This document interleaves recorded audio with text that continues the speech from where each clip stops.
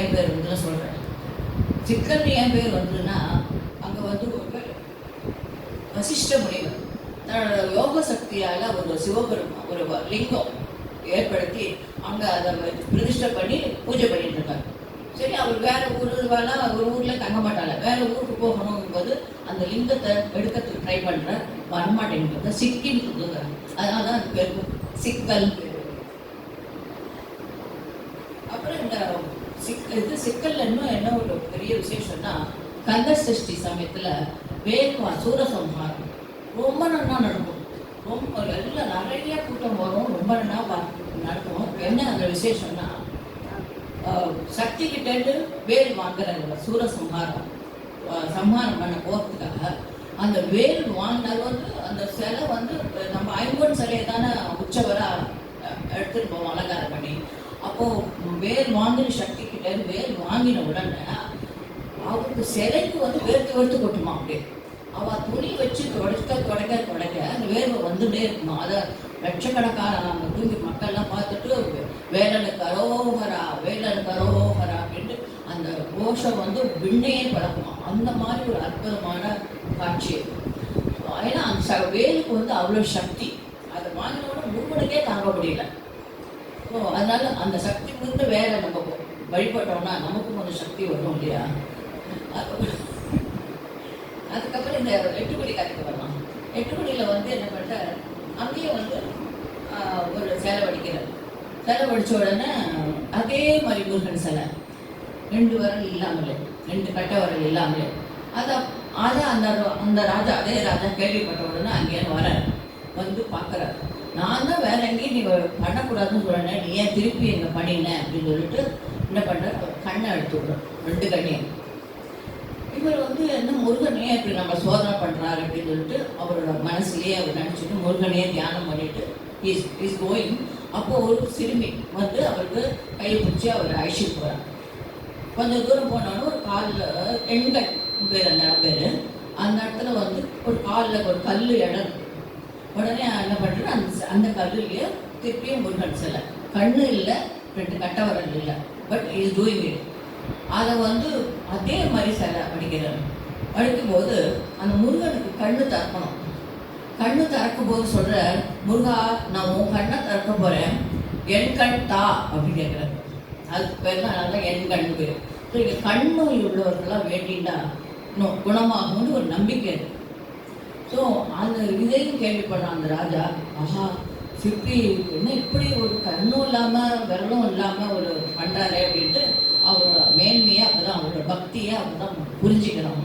புரிஞ்சுட்டு வந்து அவரோட காலில் விழுந்து மன்னிப்பு கேட்குறாங்க. ஸோ முருகனை வந்து மனசார நினைத்து அவர் ரொம்ப பக்தியோடு இருப்பவருக்கு அவருக்கு முருகன் எப்பவுமே அருள் புரிவான். அவரோட கஷ்ட காலத்தில் அவருக்கு நிச்சயமாக உதவுறதுக்கு வருவான். இதுதான் எட்டுக்குடின்னு ஏன்னு கதை வருதுன்னா, அந்த சிலை பண்ணுறாருல, பண்ணோடனே அந்த ராஜா பார்க்கறதுக்கு வரான்ல, அப்போது வந்து அந்த கல்லால் அந்த மயில் வந்து பார்க்க ஆரம்பிக்கலாம். அப்போது ராஜா தன்னோட சோல்ஜர்ஸ் எல்லாம் பார்த்து எட்டுக்குடிங்கிறான். அந்த எட்டுக்குடிங்கிறது வந்து 4 அழிவில் மருவி எட்டுக்குடியாக எடுத்துன்னு அந்த ஊரில் ஒரு வரலாறு அந்த ஒரு சொல்கிறாங்க. இருக்கலாம் அது மாதிரி கூட. நம்மளது நிறைய அது மாதிரி மருவி லோக்கலாக சொல்லும்போது மருவி வந்து வழங்கலாம். அதுக்கப்புறமா முருகனோட 6 படை வீடுகளை பற்றி நான் லைட்டாக டச் பண்ணுறேன். ஏன்னா உங்களுக்கு எல்லாருக்குமே நல்லா தெரிஞ்சிருக்கும் 6 படை வீடுகளை பற்றி. 6 படை வீடுகளில் ஆர்டரில் சொல்லணும்னா ஃபஸ்ட்டு வீடு வந்து திருப்பரங்குன்றம், 2 வந்து 2வது திருச்செந்தூர், 3வது பழனி, 4வது சுவாமிமலை, 5வது திருத்தணி, 6வது பழமுதிர்ச்சோலை. உங்களுக்கு தெரியும் திருப்பரங்குன்றத்தில் அவர் தேவியானியை கல்யாணம் பண்ணிக்கலாம். அங்கே கல்யாணம் பண்ணினா கூட வள்ளி கல்யாணமும் நடக்கும். அது ஒரு தனி ஒரு விசேஷம் அப்படிங்கிறாங்க.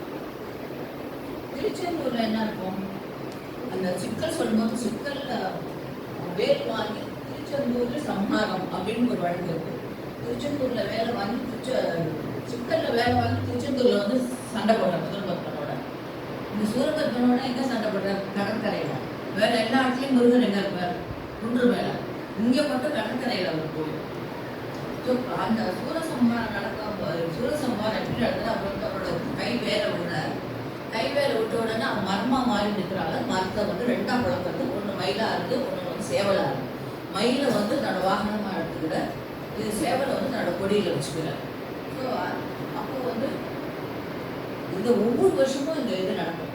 நடக்கும்போது கோடிக்கணக்கான லட்சக்கணக்கான முதல் கடல் மணலை எண்ணினாலும் எண்ணலாம், இந்த பக்தர்களின் தலையை எண்ண முடியாதுன்னு சொல்லுவாங்க. அந்த சமயத்துல அப்படி ஒரு கூட்டம் ஒன்று திருச்செந்தூருக்கு இப்பவும் நடக்கிறது நம்ம டிவியிலலாம் பார்க்குறோம். இப்போ வந்து திருச்செந்தூர் முருகனை வந்து விசேஷம் என்னன்னா, பெரியவான்னு சொல்லியிருக்காரு அது பற்றி திருப்பி. அவள் யாரோ ஒரு பக்தர் அவர்கிட்ட எனக்கு ரொம்ப கஷ்டம், எனக்கு துயரம் நிறைய வந்துட்டே இருக்கேன்றது திருச்செந்தூர் முருகனை நினச்சிக்கோ, எனக்கு ஒரு பூஜை பண்ணுறதுக்கெலாம் சக்தி இல்லை, எனக்கு இது ஒன்றும் பண்ண முடியாது, ஒன்றும் பண்ண வேண்டாம், நீ விளக்கு கூட ஏற்க வேணாம், குளிக்க கூட வேணாம், பூஜை பண்ண வேண்டாம், எதுவுமே பண்ண வேண்டாம், உட்காண்ட இடத்துலேருந்து அவனை நினச்சிட்டு இந்த ஸ்லோகத்தை சொல்லு போதும் அப்படிங்கிறது. என்னன்னா, ஞான சக்தி தர ஸ்கந்தா வள்ளி கல்யாண சுந்தரா தேவசேனா மணகாந்தா கார்த்திகேயா நமோஸ்துதே ஓம் சுப்பிரமணியாய நமக.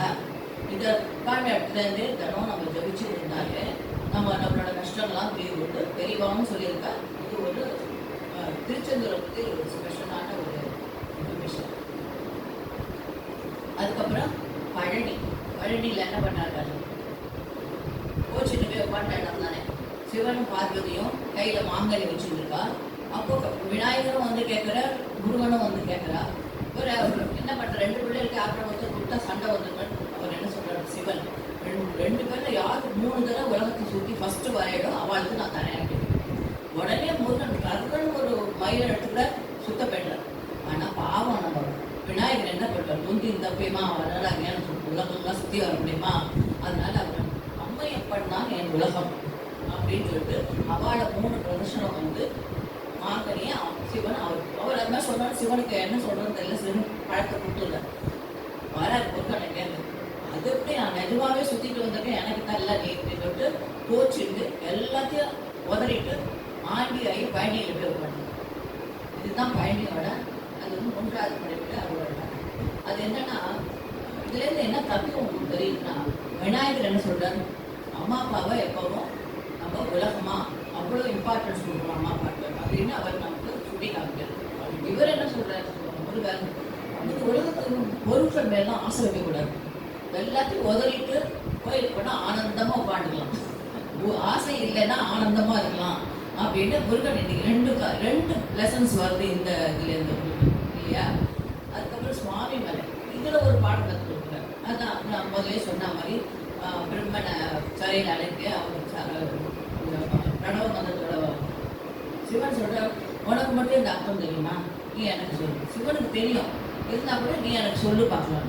நீ அவனுக்கு தெரியாதுன்னு சொல்லி என்ன சொல்லுன்னு சொல்கிறேன்ல. ஆனால் நீங்கள் வந்து குருஸ்தானத்தில் கிறிஸ்டியன் ஸ்தானத்தில் இருந்தோம், நான் குருஸ்தானத்தில் இருந்து தான் சொல்லுவேன். அதனால தான் சுவாமிநாதன் நான் இப்போ ரீசெண்டாக போயிருந்த போது, இப்போ ஒரு ஜஸ்ட் 2 months பேக் போயிருந்தபோது அங்கேயே பக்கத்துலேயே வேரகம்னு ஒரு அந்த வேரகத்தில் அதுக்கு அங்கே ஒரு பாட்டு எழுதி கொடுத்தாங்க. அந்த பாட்டை பண்ணலாமா?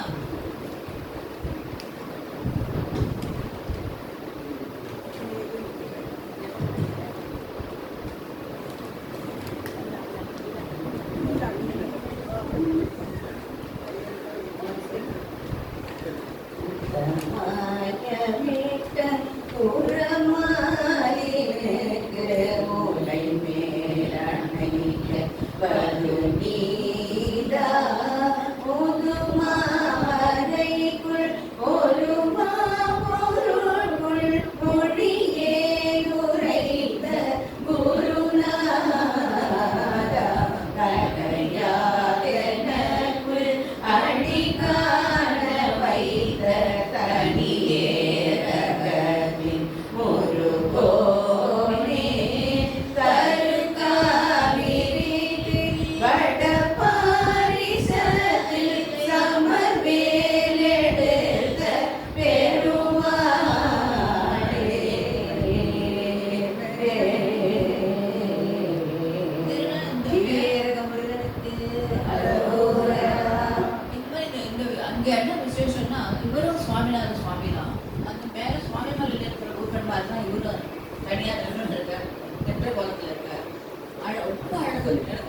இருக்கலாம் போல இருந்தது.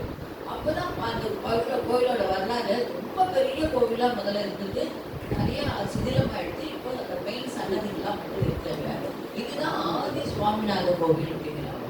இங்கேதான் முருகன் வந்து சிவனை நோக்கி தவம் இருந்த சூரசுமார் போகிறதுனால முன்னால சிவனை நோக்கி தவம் இருந்த இடம், சக்தி வேல் வாங்கின இடமும் இதுதான் அவா சொல்றான். இதுலயும் போட்டுருக்கிற கடைசியில சமர் வேல் எடுத்த பெருமாள்னு வேல், அங்கதான் வேல் எடுத்தாரா அப்படின்னு ஒரு அங்க அந்த அந்த கோவில் பூஜை பண்றவங்களும் அப்படிதான் சொன்னாங்க. இங்கதான் அப்போ சிக்கல்ல சொல்றாங்கன்னு கேட்டாங்க. இல்ல இங்க வந்துதான் இது இங்கேதான் இதுவாச்சு அப்படின்னா. அப்புறம் பாசுபதாசம் கொடுத்துட்டு அவர் கொஞ்சம் நன்மை சார்ந்தர், எனக்கு தெரியல அது, பட் சுவாமிநாத சுவாமி தான் அது. அங்க வந்து சிவனுக்கு அவர் உபதேசம் செய்தாலும் அது மட்டும் கரெக்ட். சிவன் அங்க வந்து சிவன் சன்னதி இருக்கு, அம்பாள் சன்னதி இருக்கு. சிவன் முருகன் இருக்கிற இடத்துலலாம் சிவன், அம்பாள், விநாயகர், அப்பா குடும்ப சபையில தான் இருப்பா. மெயினா வந்து நிறைய கோவில்ல வந்து முருகன் இருப்பார். இவாளெல்லாம் உபதெய்வம் மாதிரி இருப்பா, அதான் வித்தியாசம். அப்புறம் திருத்தணியில வந்து வள்ளி கல்யாணம் பண்ணிட்டாங்க. திருப்பரங்குன்றத்திலே சிரித்தால் எதிரொலிப்பாங்க, திருத்தணி மலையில் எதிரொலிக்கும். ஏன்னா அங்க தேவியானை கல்யாணம் பண்ணிட்டார், இங்கே வந்து வள்ளியை கல்யாணம் பண்ணிட்டார். கிரியாசக்தி தேவியானை திருப்பரங்குன்றம், இச்சாசக்தி வள்ளி மணந்தது திருத்தணிகை. பழமதி சோலை 6வது வீடு. மற்றொரு வேலை வந்து வேறு திருமால் இருஞ்சோலை. ஏன்னா மருமகனோட மாமாவும் அதாவது பெருமாளும் அவங்க கோயில் கொண்டிருப்பாங்க. அதான் வந்து திருமால் இருஞ்சோலைன்னு பேர் இருக்குது. அங்க வந்து என்னன்னா ஔவையார், ஏன்னா அது பழமதி சோலைன்னு பேருக்கு ஏற்ற மாதிரி நிறைய பழங்கள்லாம் நிறைந்த இடமா, மரங்கள் நிறைய ஒரு மாதிரி காட்டுப்பகுதி, இது மாதிரி காட்டுப்பகுதி மாதிரி தான் இருக்கும். நிறைய மரங்கள் இருப்பாங்க பழமதி சோலையில. அது வந்து ஔவையார் ஒரு சமயம் அந்த பக்கம் வந்துட்டு ரொம்ப களைப்புனால அந்த வனத்தில் கொஞ்சம் நேரம் உட்காந்து ரெஸ்ட் எடுக்கலாம்னு உட்காந்துருக்கா. அப்போ முருகன் அவரை சோதிக்க விரும்பி ஒரு மாடு மேய்க்கிற சிறுவ மாதிரி வந்து, என்ன பாட்டி அவனை பசிக்குதா, கலப்பா இருக்கா அப்படின்னு. ஆமாப்பா, உனக்கு நான் பழம் போடவா, பழம் பறிச்சு போடுவா, சரி போடுப்பா அப்படின்னு. சுட்ட பழம் வேணுமா சுடாத பழம் வேணுமா? ஔவையார் எது கலப்புல இருந்தால சரி நீங்க சுட்ட பழம் சுடாத பழம், சரி சுடாத பழமே போடுப்பா அப்படின்னு சொல்லிடுறேன். சென்னைகள் வந்து மரத்துல உழுக்குற நிறைய பழங்கள் கீழே விழுந்து. அப்போ ஔவையார் என்ன பண்றா, அந்த பழத்தை ரூபா பொறுக்கி அந்த மண்ணு ஊட்டிட்டு ஊதி சாப்பிட்றான். அப்போ அந்த சிறுவன் கேட்கறான், என்ன பாட்டி பழம் சுடுதா? அவர் மாடு வைக்கிற சிறுவன் தானே, அங்கே அப்படிதான் கேட்பான், சுடுகிறதா அப்படிலாம் கேட்க மாட்டேன். என்ன பழம் சுடுதா அப்படின்னு கேட்டார். கேட்ட உடனே பொறி கட்டின மாதிரி இருக்கு பிள்ளையார் ஔவையாருக்கு. உடனே திரும்பி பார்க்கற அந்த சிறுவனை காணும். அப்போதான் அவருக்கு புரியுது, ஆஹா மாடு மேய்க்கிற சிறுவனா வந்து முருகன் தான், நம்ம தெரியாம போயிட்டேன், உணராம போயிட்டேன். அதுக்கு தான் நம்ம வந்து இறைவனை உணர்வதற்கு வெறும் கல்வி அறிவு மட்டும் போதாது, இறைமையை மெய் அறிவும் வேணும் அப்படிங்கிறார். இதுல என்ன தத்துவம்னா,